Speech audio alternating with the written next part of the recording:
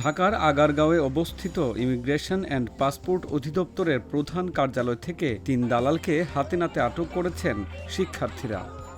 ৯ September বেলা ৩টায় তাদের আটক করে গানের তালে তালে নাচান শিক্ষার্থীরা।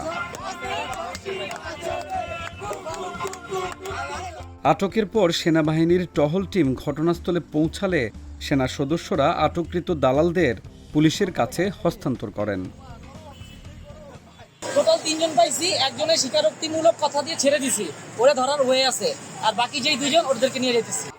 দালালদের আটকের এক পর্যায়ে গানের তালে তালে নাচতে দেখা যায়। পরে পুলিশ জানিয়েছে দালাল সন্দেহে আটক ৩ জনকে থানায় নিয়ে জিজ্ঞাসাবাদ করা হবে এবং সংশ্লিষ্টতা পাওয়া গেলে আইনানুগ ব্যবস্থা গ্রহণ করা হবে।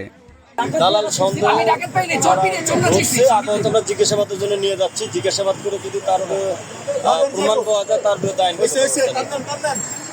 এর আগে বেলা ৩টায় পাসপোর্ট করতে আসা মানুষজনকে ঘুষের বিনিময়ে কাজ করিয়ে দেওয়ার খবর পেয়ে কয়েকজন শিক্ষার্থী তাদের আটক করেন। পরে আটককৃত ৩ জনের মধ্যে একজনকে স্বীকারোক্তিমূলক জবানবন্দি নিয়ে ছেড়ে দেন শিক্ষার্থীরা। দালালি করতেছিল, আমরা তাদের হোয়াটসঅ্যাপ গ্রুপ সব গ্রুপের মাধ্যমে আমরা এটা জানতে পারছি ওরা পারফেক্ট দালাল, এই জন্য আমরা এদের অ্যারেস্ট করছি।